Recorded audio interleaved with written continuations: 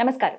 ప్రస్తుతం మనతో పాటు ఇస్కాన్ టెంపుల్ నుంచి ప్రణవానంద ప్రభుజీ ఉన్నారు. వారు ముంబైలోని గోవర్ధన్ ఇకో విలేజ్ ఆశ్రమంలో సేవ చేస్తూ ఉంటారు. వివిధ మాధ్యమాల ద్వారా శ్రీకృష్ణ తత్వం గురించి, వారి లీలల గురించి, అలాగే రామాయణ మహాభారతాల గురించి కూడా ప్రవచనాలు ఇస్తూ ఉంటారు. ఎంతో మంది ఆ ప్రవచనం విని మార్పు, అంటే వాళ్ళ జీవితాల్లో మార్పు చూసిన వాళ్ళు, అలాగే మారాలని కోరిక ఉండి విన్నవాళ్ళు, ఇలా చాలా మందిని చూస్తూ ఉన్నాము. రకరకాల అంశాలపైన ప్రభుజీ మాట్లాడుతూ ఉంటారు. అయితే ఇవాళ ప్రత్యేకించి ఒక శుభ సందర్భం గురించి మాట్లాడుకోబోతున్నాం. జనవరి 22వ తారీఖున ఆ శ్రీరాముల వారి పునః ప్రతిష్ఠ జరుగుతోంది అయోధ్యలో. ఈ అంశం గురించి మాట్లాడదాం. Gautam neuro care, brain stroke, migraine, fits, brain and spine surgeries కి best neuro surgeon. Prabhuji, Hare Krishna. Hare Krishna. నమస్కారం అండి. నమస్కారం. ఎలా ఉన్నారు? బాగున్నా, మీరు ఎలా ఉన్నారు? చాలా చాలా బాగున్నాను. చాలా శుభ సందర్భం ఇది.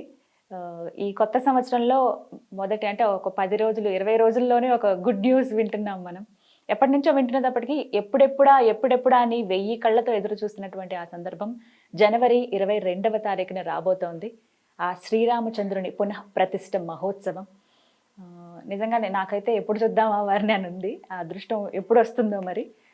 అంటే ఈ విశేషాల గురించే మీతో మాట్లాడాలి అనుకున్నాం ప్రభుజీ. ఆలయ నిర్మాణం కానీ చాలా అంగరంగ వైభవంగా జరుగుతుంది. ఆ కార్యక్రమం కూడా అంతే వైభవంగా చేయాలని ప్లాన్ చేస్తూ ఉన్నారు. అలాగే అందరికీ వీలు కుదిరేలాగా ట్రావెలింగ్కి అన్నిటికీ ఏర్పాట్లు అయితే జరిగిపోయాయి. ఇంకా కొద్ది రోజుల్లోనే మళ్ళీ ఆలయం ప్రారంభం అవుతోంది, పునః ప్రారంభం కాబోతోంది. ఆ ప్రతిష్ఠ మహోత్సవం, వీటి గురించి ఏం చెప్తారు? అసలు అయోధ్యలో ఏం జరిగింది, ఇప్పుడు ఏం జరుగుతోంది అనంటే ఏం చెప్తారు? మనందరికీ నిజంగా ఇది ఒక హ్యాపీ న్యూ ఇయర్. ఎందుకంటే మన రాముడు ఇన్ని సంవత్సరాల తర్వాత మళ్ళీ ఆయన ఆలయంలోకి ప్రవేశించబోతున్నారు. మనందరికీ తెలుసు, రాముడు త్రేతాయుగంలో అయోధ్య నగరంలో ఆవిర్భవించారు. స్వామి యొక్క వైభవం, రామో విగ్రహవాన్ ధర్మ, రాసిపోసిన ధర్మస్వరూపమే రామచంద్రమూర్తి. అంటే ప్రేమ, వినయం, భక్తి, ఇవన్నీ గురువు పట్ల, ఆచార్యుల పట్ల, తండ్రి పట్ల, తల్లి పట్ల, భార్య పట్ల, తమ్ముళ్ళ పట్ల, ప్రజల పట్ల, స్నేహితుల పట్ల, అందరి పట్ల కూడా రాముడు చూపించిన ఆ పరిమితమైన ప్రేమ, ధర్మము, వినయము, ఇదే రామచంద్రమూర్తి అని అంటే. మనందరినీ కూడా అసలు ధర్మం అంటే ఏంటి, అసలు ధర్మాచరణ అంటే ఎలా ఉంటుంది అని ఆచరించి నిరూపించిన వారు మన రామచంద్రమూర్తి. శ్రీరాముడు నిజంగా వారిని చూసి నేర్చుకోవాలి. మనకి భారతదేశం అంటేనే రామరాజ్యం అని మాట్లాడతాం కదండి. రాముడు అంటే ధర్మం గురించి ఎక్కడెక్కడ ప్రస్తావన వస్తుందో అక్కడ రాముడు ప్రస్తావన రావాల్సింది. రాముడు అని అంటే ధర్మం, ధర్మం అంటే రాముడు. వాళ్ళు ఆ రెండు సేమ్, ఇంకా వేరు కాదు. అటు రామచంద్రమూర్తి యొక్క అద్భుతమైన ఆ చరిత్ర రామాయణం మనం చూస్తాం. రామాయణం ఎన్ని లక్షల కోట్ల సంవత్సరాల నుంచి మనకు వస్తూ ఉంది. వాటిని మనం చదువుతూ ఉన్నాం. ఎంత బ్రహ్మాండంగా రామాయణ ప్రవచనాలు చేస్తూ ఉంటాం. రామచంద్రమూర్తి యొక్క ఆలయాలు మనకి ఎక్కడ కనిపిస్తే అక్కడ రామాలయం లేని ఊరు ఉంటుందా అండి? ఖచ్చితంగా. మన తెలుగు వాళ్ళకి ఇంకొకమైన ఒక గొప్ప అదృష్టం ఏంటి అంటే, రాముడు ఇక్కడ ఉన్నాడు. మన అరణ్యవాసం చేసినప్పుడు భద్రాచల క్షేత్రం, ఆ భద్రాచలం క్షేత్రంలో ఆ రాముడు ఉన్నంత సౌందర్యం ఇంకెక్కడ మనం చూడం. ఎంత అందంగా ఉంటారు రాముడు, అమ్మవారిని చక్కగా ఒళ్ళో పెట్టుకొని ఉంటారు అన్నమాట. అది కూడా ఎంత చక్కటి రాముడు అని అంటే, ఎంత గొప్ప రామభక్తులు, రామదాసు లాంటి. ఈ మన రాష్ట్రం మొత్తం కూడా రామభక్తితో నిజంగా చెప్పాలంటే నిండిన రాష్ట్రం అన్నమాట. కాబట్టి హిందువు అనంటే, సనాతన సాంప్రదాయము అనంటే రామకృష్ణాదులు మనకి చాలా ముఖ్యం. కానీ దురదృష్టవశాత్తు మనకి అటు రాముడు జన్మభూమి లేదు, ఇటు కృష్ణ జన్మభూమి కూడా ఆలయం లేకుండా అయిపోయింది. రాముడి యొక్క అయోధ్య గురించి మాట్లాడితే 1528వ సంవత్సరం జూన్ 6వ తారీఖున బాబర్ అనే ఎవరైతే ఆ ఎంపరర్ ఉన్నారో వాళ్ళ యొక్క జనరల్ 1,75,000 మంది హిందువుల్ని సంహరించి అక్కడుండే రామ మందిరాన్ని కూల్చేశారనమాట. అప్పటి నుంచి రాముడికి ఉండడానికి ఒక స్థలం కూడా లేదు. 500 సంవత్సరాలు ఇప్పటికీ 500 గడిచిపోయింది. అయిపోయింది. అయినా సరే సనాతన ధర్మానికి చెందిన ఈ దేశంలో, సనాతన ధర్మం పుట్టిన దేశంలో, సనాతన ధర్మం ఈ ప్రపంచాన్ని మొత్తం కూడా సనాతన ధర్మం వైపు తిరిగి సనాతన ధర్మంలో ఉండే రాముడి గురించి తెలుసుకొని, రాముడు మాకు ఆదర్శం, రామ భక్తి మాకు కావాలి, రామనామం కావాలి అని భారతదేశానికి వస్తే, భారతదేశానికి వచ్చి ఆశ్చర్యపోయే విషయం ఏంటి అంటే రాముడికి అక్కడ ఆలయం లేదు. రాముడికి గుడి లేదు, కృష్ణుడికి గుడి లేదు. కాశీలో విశ్వనాథుడికి ఆయన ఒరిజినల్ ఆలయం లేదు. అది మన భారతదేశ స్థితి. కానీ ఒక గొప్ప అదృష్టం, ఇన్ని సంవత్సరాల తర్వాత కదా తిరిగి గొప్ప మహానుభావుల యొక్క సంకల్పంతో మంచి రాజకీయ నాయకులు, ఒక విధంగా చెప్పాలి అని అంటే వాళ్ళ యొక్క సంకల్పం, వాళ్ళ యొక్క శక్తి, ప్రధానమంత్రి గారు, మిగతా వాళ్ళందరూ వాళ్ళు కష్టపడి ఎన్ని వేల సంవత్సరాల నుంచి రామ ఆరాధన జరుగుతున్న ఈ దేశంలో కొన్ని వందల సంవత్సరాల నుంచి అక్కడ రామ భక్తులందరికీ కూడా ఒకటి వాళ్ళ ప్రాణం అక్కడ రాముడు ఆలయంలోకి వెళ్ళాలి. ఇది రామ జన్మ యొక్క భూమి, ఆయన పుట్టిన ప్రదేశం ఇది, ఇక్కడ ఆయనకి ఆలయం ఉండింది, ఆయన ఆలయంలోకి ఆయనను పంపించండి. మా గురువు గారు 1971లో అయోధ్యకి వెళ్ళినప్పుడు అక్కడ ఆయన చెప్పారనమాట, మొత్తం మిలిటరీ వాళ్ళందరు నించొని మొత్తం ఐరన్ ఫెన్సింగ్ ఉండేదన్నమాట, ఎవరు లోపల పోనిచ్చే వాళ్ళు కాదు. అక్కడ బయట కూర్చొని సాధువులందరూ అఖండ హరినామ సంకీర్తన చేస్తూ ఉండేవారు అనమాట, రామనామ సంకీర్తన. ఎందుకోసము అని అంటే మా గురువు గారు వెళ్ళినప్పుడు ఆయనకు ఒక పాంప్లెట్ ఇచ్చారు, ఇక్కడ రామ మందిరం కట్టాలి, ఇక్కడ రాముడు మళ్ళీ ఆయన యొక్క ఆలయంలోకి వెళ్ళాలి, దీనికోసం విరాళ స్వీకరణ కోసం మేమందరం ఇక్కడ కూర్చొని ఈ అఖండ హరినామ స్మరణ చేస్తున్నాం. మా జీవితంలో ఒకటే ఆశయం ఏంటి అని అంటే ఇక్కడ రాముడు మళ్ళీ ఆలయంలోకి వెళ్ళాలి. 1971లో ఇచ్చిన ఆ పాంప్లెట్ ని మా గురువు గారు భద్రంగా ఉంచుకున్నారనమాట. ఇప్పటికి మొన్నే తీసి చూపించారు. ఈ పాంప్లెట్ నేను అక్కడికి వెళ్ళినప్పుడు నాకు ఇచ్చారు, ఇప్పుడు ఆ కోరిక నెరవేరుతుంది. ఎంత మంది అండి జీవితాన్ని త్యాగం చేయడానికి సిద్ధమైపోయారు. మా రాముడు అక్కడ ఉంటే చాలు, మాకు ఇంకే ఏమొద్దు. అలాంటి శుభతరుణం శుభతరుణం మనము ఉన్న సమయంలో మనం చూడబోతున్నాము అని అంటే ఎంత అదృష్టము అనేది అంత అదృష్టం. ఇప్పుడు ఈ జనరేషన్ వాళ్ళకి నిజంగానే అది గొప్ప అదృష్టం. అందుకే మేము ఈసారి న్యూ ఇయర్ చెప్పడంలో చాలా ఆనందపడుతూ ఉన్నాం. నిజంగా కొత్త సంవత్సరం, ఎందుకంటే అది మంచి సంవత్సరం. ఎందుకంటే మన రామచంద్రుడు తిరిగి అయోధ్య నగరంలో తను పుట్టిన ప్రదేశంలోకి వెళ్తున్నారు. చాలా మంది ఆర్గ్యూ చేశారండి, ఎలా ప్రూవ్ చేస్తారు రాముడు ఇక్కడ పుట్టాడు అనే విషయం గురించి ఎలా తెలుస్తుంది అని అంటే మనకి తెలుస్తుంది. రామభద్రాచార్యులు అని చాలా గొప్ప జగద్గురువులు అనమాట. ఉత్తర భారతదేశంలో చిత్రకూటంలో వాళ్ళ పీఠం ఉంటుంది, తులసి పీఠం అని. ఆయన చిన్నప్పటి నుంచి ఆయనకి నేత్రములు కనిపించవు, అయినా సరే సుమారుగా 4 లక్షల శ్లోకములు కంఠస్థం ఆయనకి. అమ్మో, అంతగా జ్ఞాపకం. పురాణాలు, వేదాలు, శాస్త్రాలన్నీ కూడా 4 లక్షల పైగా శ్లోకాలు ఆయనకు వచ్చు. మనకు కష్టం. మొత్తం గీత, మొత్తం తులసీదాస్ యొక్క రామాయణం, మొత్తం భాగవతం అన్ని ఆయన చూడకుండా చెప్పేస్తారని. అటువంటి ఆయన శాస్త్రాలలో నుంచి ప్రూవ్ చేశారు ఏది కరెక్ట్, రాముడు పుట్టిన ప్రదేశం ఇదే అని ఆ జడ్జి దగ్గర ప్రూవ్ చేశారనమాట. ఎంతమంది అండి అసలు రామ జన్మభూమి ఇది ధర్మం కోసం నించోవటం అంటే. కానీ ఈ మధ్యలో ఉండే జనాలండి ఏదో రియాలిటీ షోలో పార్టిసిపేట్ చేసిన వాళ్ళు వెనకాల పడి వెళ్ళిపోవటం, టీవీలలో సినిమాలలో చేసిన వాళ్ళ వెనకాల ఏం చేశారని, ఏం పిచ్చి పట్టిందని మనం వాళ్ళ వెనకాల తిరుగుతున్నామండి. అసలు వాళ్ళు సమాజానికి ఏదన్నా మంచి ఒక దారిని చూపించారా, 10 మందికి మంచి చేశారా? కానీ ఈ యువతరాన్ని చూస్తే మాకు అప్పుడప్పుడు బాధేస్తూ ఉంటుంది. అందరు అలా ఉన్నారని కాదండి, చాలా మంది దైవం గురించి ఆలోచిస్తున్న వాళ్ళు ఉన్నారు. ఈ రోజుల్లో మళ్ళీ ఆ అవేర్నెస్ కొంచెం పెరిగిందండి. తేవడానికే ప్రయత్నం అందరూ చెయ్యాలి. మనం ఈ కార్యక్రమాధ్యమంగా చేసేది కూడా అదే కదా. ఏదో ఒక విధంగా కొంతమందికైనా సరే. ఈ రోజు మమ్మల్ని ఒకళ్ళు అడిగారు, ప్రభుజీ కొన్ని చాలా లక్షల మంది చూడొచ్చు, కానీ కొన్ని ఏవి చూడకపోయినా సరే మీరు వెళ్తారా చెప్పడానికి అని అంటే నేను అన్నాను, ఒక్కళ్ళు మనస్ఫూర్తిగా నేను చెప్పే మాటలు విన్నా సరే మేము వెళ్తాం అక్కడికి. ఎంత ఉపయోగం అవి. కళ్ళు మారినా చాలండి మాకు జీవితంలో. మా మొత్తం చేసే ప్రయత్నం ప్రొద్దు నుంచి రాత్రి దాకా మేము కష్టపడింది ఒక్క వ్యక్తి అయినా సరే, ఒక్కసారి అయినా సరే రాముడి గురించి కృష్ణుడి గురించి ఆలోచించారా అంటే నా జీవితం తరించినట్టు. మీకు అలాంటి అనుభవం ఏదైనా ఎదురైందండి? ఏ విషయంలో? ఒక్క వ్యక్తి నా వల్ల మారారు, ఎంతో మంది అని నాకు తెలుసు, కానీ మిమ్మల్ని బాగా కదిలింపజేసింది, మీరు చలించింది. మాకు ఒకసారి చెప్పారు, ప్రభుజీ మేము అంతగా అసలు భక్తి ఇలాంటివన్నీ మాకు ఉండేది కాదు, కానీ మా వైఫ్కి మేము బర్త్డే గిఫ్ట్ ఇవ్వాలి అని అనుకున్నా. అయితే మేము వెళ్ళి అడిగా, ఏం కావాలి నీకు ఈ సంవత్సరం బర్త్డే గిఫ్ట్ అని అంటే ఆవిడ అన్నారు, ఈ సంవత్సరం నాకు బర్త్డే గిఫ్ట్గా ప్రణవానంద దాస్ చెప్పిన భాగవతం వినాలి మీరు అని అడిగారు. అయితే మీ భాగవతం వినే లోపలే నేను భక్తుని అయిపోయాను ప్రభుజీ అని చెప్పారనమాట.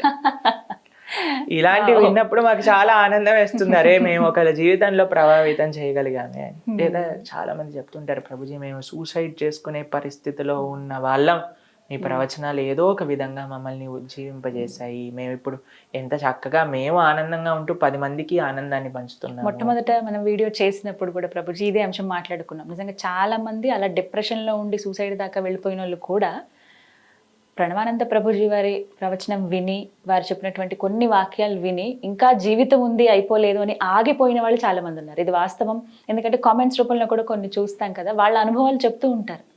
ఆ విషయంలో చాలా కాబట్టి ఆ విధంగా ఎవరినైనా మేము సేవ చేయగలుగుతున్నాం అని అంటే మాకు చాలా పెద్ద అదృష్టం. కానీ మనం చేసేదంతా ఒక చిన్ని మట్టి రేణువు లాంటిది, ఇసుక రేణువు లాంటిది. ఇంకా చాలా కానీ ఆ రాముడు వస్తే, ఆ రాముడి యొక్క భక్తి, ఆ రాముడి యొక్క ఆలయం కానీ వస్తే ఇంకెంత మందికి రాముడి గురించి తెలుస్తుంది. ఎలా ఉండబోతుందని మీ భావన? అద్భుతం, పరమ అద్భుతంగా ఉండబోతుంది రాముడి యొక్క ఆలయం. రాముడు వచ్చిన క్షణం నుంచి ఇంకా మనకి మన ధర్మం ఇంకా ముందుకు వెళ్తూ ఉంటుంది అన్నమాట. అయితే ఇక్కడ మీకు ఒక విషయాన్ని ప్రస్తావన చేస్తాను. ప్రతి ఒక్క హిందువు కూడా ఒక గొప్ప పండుగలాగా, ఒక గొప్ప ఉత్సవంలా చేసుకోవాలి అని అందరూ చెప్తున్నారు. మన ప్రధానమంత్రి గారు కూడా అదే విషయాన్ని అందరికీ పిలుపుగా ఇచ్చారు. దీపావళి చేసుకోవాలి అని చెప్పారు ఆయన. రాముడు అయోధ్య వదిలి వెళ్ళినప్పుడు అటండి, కడుపులో ఉండే శిశువులు కూడా ఏడ్చాయట, రాముడు అయోధ్య వెళ్ళిపోతున్నాడు అని. చెట్లన్నీ రాముడు వెళ్ళిపోతున్న వైపుకి వంగిపోయి వంగిపోయి వంగిపోయి 14 సంవత్సరాలు పూలే విరుచుకోలేదట, ఒక పండు కూడా కాయలేదట. ఇంట్లో ఉండే చిన్న చిన్న ప్రాణులు, పిల్లులు, ఇవి కూడా రాముడి వైపే ఏడుస్తూ ఏడుస్తూ వెళ్ళిపోయాయట. ఒక్క పండుగ, ఒక్క ఉత్సవం రాముడు లేక అసలు అయోధ్య వాసులందరూ కూడా అంతా బాధపడ్డారట.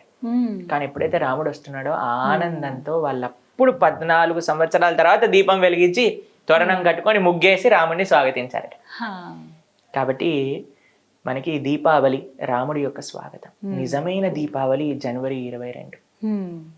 ఎందుకంటే రాముడు నిజంగా మళ్ళీ తిరిగి ఆలయంలోకి ఆ అయోధ్య వైభవం ఆ రోజు ప్రకాశింపబడుతుంది అనమాట.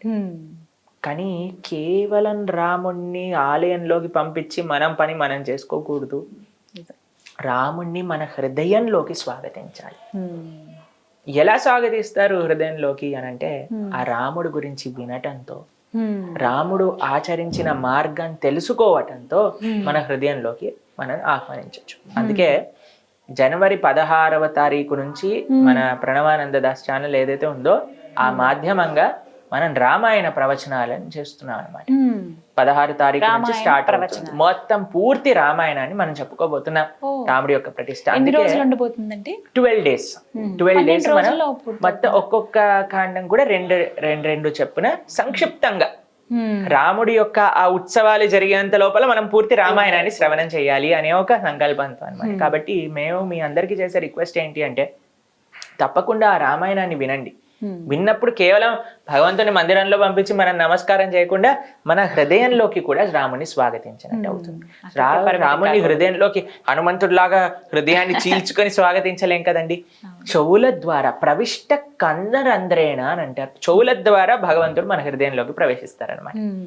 ఇంకొక విషయం చెప్తాను, కేవలం హృదయంలో పెట్టుకోకండి, రాముణ్ణి ఈ ప్రపంచం అంతా నడిపించండి. ఎలా నడిపిస్తారు రాముణ్ణి? మనం ధర్మాచరణ చేస్తే రాముడు నడిచినట్టే. ఎందుకంటే రాముడు ధర్మం కాబట్టి. ఇందులో 3 స్టెప్స్ అండి.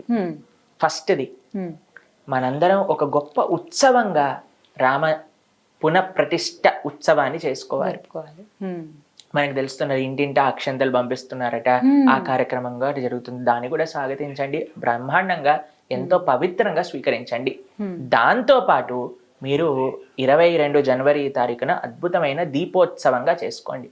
దానికంటే ముందు ప్రిపరేషన్గా 16th నుంచే మీరు రామాయణం వినటం స్టార్ట్ చేయండి. అప్పుడు హృదయంలోకి వస్తుంది.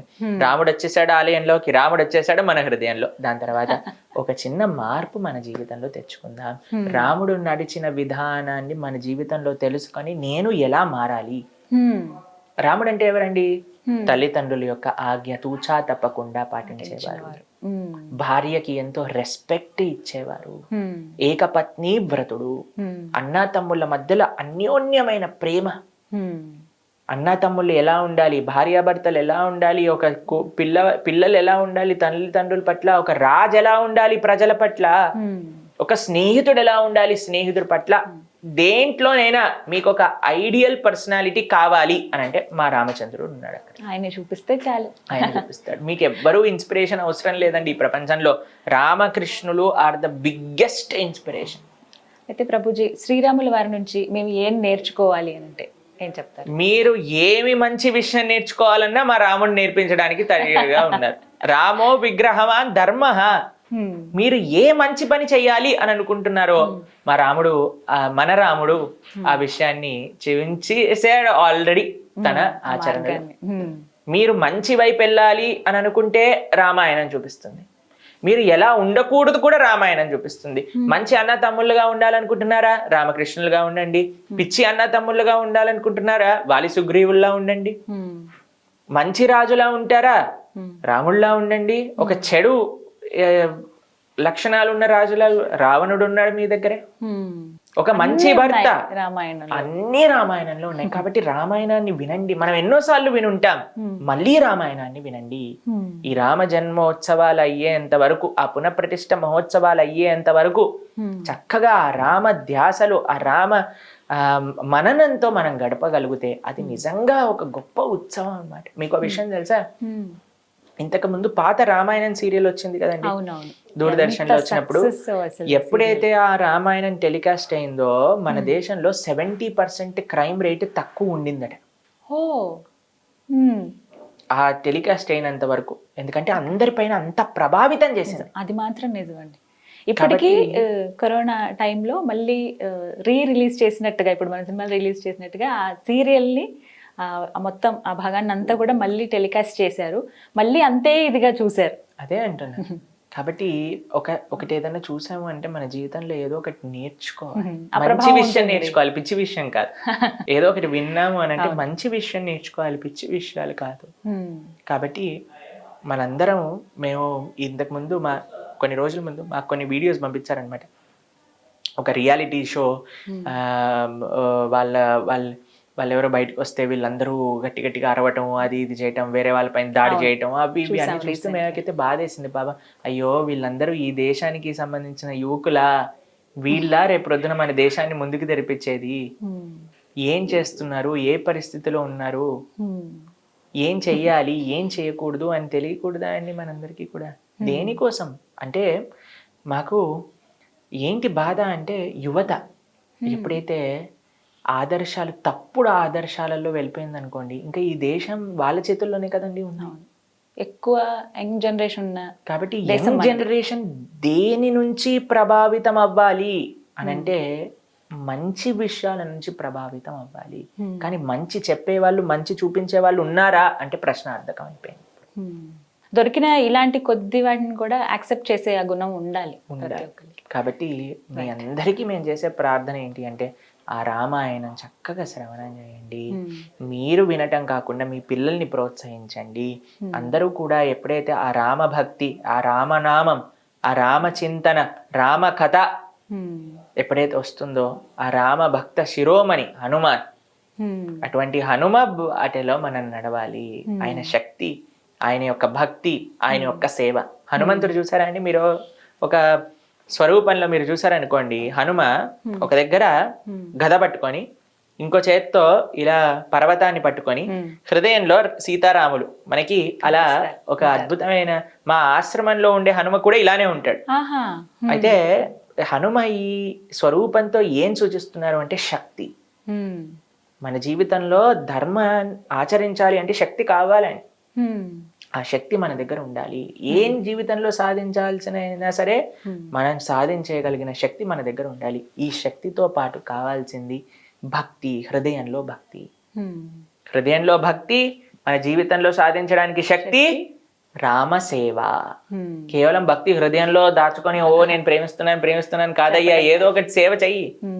ఇలా పర్వతాన్ని పట్టుకొని తీసుకెళ్తున్నారు హనుమ రామసేవకై. కాబట్టి ఈ 3 మన జీవితంలో ఉండాలి. ఈ రామ జన్మభూమి యొక్క పునఃప్రతిష్ఠ కార్యక్రమంలో మనం స్వామికి ప్రార్థన చేయాల్సింది ఇదే. స్వామి, ధర్మాచరణ చేసే శక్తి నీ యొక్క భక్తి, నీ సేవ మాకు ప్రధానించు.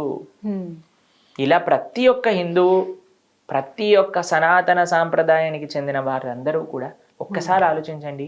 ఈ ప్రపంచంలో, ఈ దేశంలో, కనీసం ఈ రాష్ట్రంలో ఉన్న వాళ్ళందరూ కూడా ఈ రామ జన్మోత్సవం యొక్క కారణం చేతనైనా రామాయణం వింటే ఎంత మార్పు వస్తుంది జీవితాలు. ఖచ్చితంగా మార్పు వస్తుంది. అలాగే ప్రతి ఒక్కరు కూడా దర్శనం చేసుకోవాలని కోరుకుంటున్నారు. మళ్ళీ ఆ రాముల వారిని అక్కడ చూడాలనే కోరిక ఉంది. కేంద్ర ప్రభుత్వం కూడా రకరకాల ఏర్పాట్లు చేస్తున్నారు అక్కడికి వెళ్ళటానికి. 1 రోజుల కుంభమేళా లాగా చేస్తున్నారు అనమాట.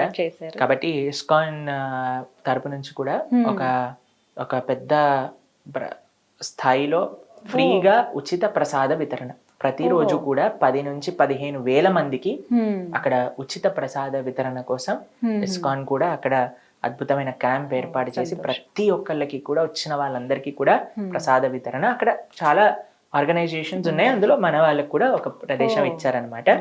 అక్కడ కూడా వాళ్ళందరూ చక్కగా ప్రసాదాన్ని ఇప్పుడు 20వ తారీఖు నుంచి ఫిబ్రవరి 15 వరకు వాళ్ళు ఆ ప్రసాద వితరణ ప్రోగ్రామ్ ని చేస్తున్నారు అనమాట. కాబట్టి ఈ ఇయర్ లో అన్నిటికంటే best and most proudest moment మనకి ఏదన్నా ఉంది అని అంటే అది 1st జనవరి కాదు, 31st డిసెంబర్ కాదు, మనకి 14th ఫిబ్రవరి కాదు. అది నిజమైన రోజు ఏదన్నా ఉంది, మనందరం సెలబ్రేట్ చేసుకొని, మనందరం if we have to look forward for something, that should be Rama Janmabhoomi యొక్క పునఃప్రతిష్ఠ. అది జనవరి 22. కాబట్టి మీకు మేము చేసే ప్రార్థన, చక్కగా మీరందరూ కూడా ఆ స్వామి ఆ సమయానికల్లా మనందరం ఆ రామ చింతనతో ఉండాలి, ఆ రామ భావనతో ఉండాలి. రాముడి యొక్క సేవ చేస్తూ రాముడి యొక్క ఉత్సవాన్ని మనందరం జరుపుకునేటట్టుగా మనం ఉంటే ఆ రాముడు ఆనందంగా ఉంటారు అక్కడ. దాంతోపాటు కేవలం జనవరి 22 తర్వాత వదిలేయటం కాదండి, ఆ రామ భావన, రాముడు మనకి ఏదైతే ఆయన ఆచరించి చూపించాడో దాన్ని మన జీవితంలో ఆచరిద్దాం, ఆ మార్గాన్ని మనం స్వీకరిద్దాం. ఇది నిజమైన రాముడికి మనం ఇచ్చే గిఫ్ట్ అన్నమాట. కానీ అదృష్టం ఎప్పుడు దక్కుతుందో నాకైతే చాలా కోరికగా ఉంది చూడాలి అని. మొదటి రోజే చూడాలని అలా ఆశ లేదు, కానీ కనీసం ఈ సంవత్సరంలో వెళ్తే చాలా అంతకన్నా. చాలా మంది మమ్మల్ని అడిగారు, ప్రభుజీ మీరు ఒక అయోధ్య యాత్ర తీసుకెళ్ళండి ఈ సంవత్సరం అని. మేమన్నాం ప్రయత్నిస్తాం, తప్పకుండా ప్రారంభం అవుతాయి అవి కూడా, తీసుకెళ్దాం. అయోధ్య యాత్ర, రామలల్ల దర్శనం చేసుకుందాం అందరం కలిసి. ఖచ్చితంగా ఆ దర్శన భాగ్యం మాకు కూడా కలిగితే. మాకైతే 1000 కళ్ళతో ఓపిక పడుతున్నా, ఎప్పుడు రాముడు చూస్తా, ఎప్పుడు రాముడు చూస్తా, ఎప్పుడు రాముడు ఆలయానికి వెళ్తాం. మందిరం కూడా చాలా ప్రత్యేకతలు ఉన్నాయండి. ఒక్కొక్క ప్రాంతం నుంచి ఒక్కొక్క వస్తువు తీసుకుంటున్నారు. తలుపులు ఒక దగ్గర గంట, చాలా భారీ గంట ఏర్పాటు చేశారని, స్వామివారి పాదాలు గాని విగ్రహాలు గాని అన్ని ప్రత్యేకమే. మన రాముడికి అన్నిటికంటే బెస్ట్ ఇవ్వాలి కదండి, భగవంతుడికి అన్నిటికంటే బెస్ట్ ఇవ్వాలి కదా రాముడు.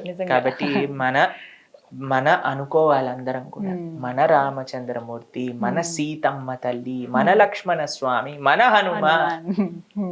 కాబట్టి మన ఇంటి ఉత్సవంలో, మన ఇంట్లో పెళ్ళవుతే మనం ఎంత ఆనందపడతామో అంత ఆనందపడాలి. ఆ ప్రేమ, ఆ భక్తి రావాలి అని అంటే ఇంకా ఏం మార్గం లేదండి, మీరు రాముడి గురించి వినాల్సిందే.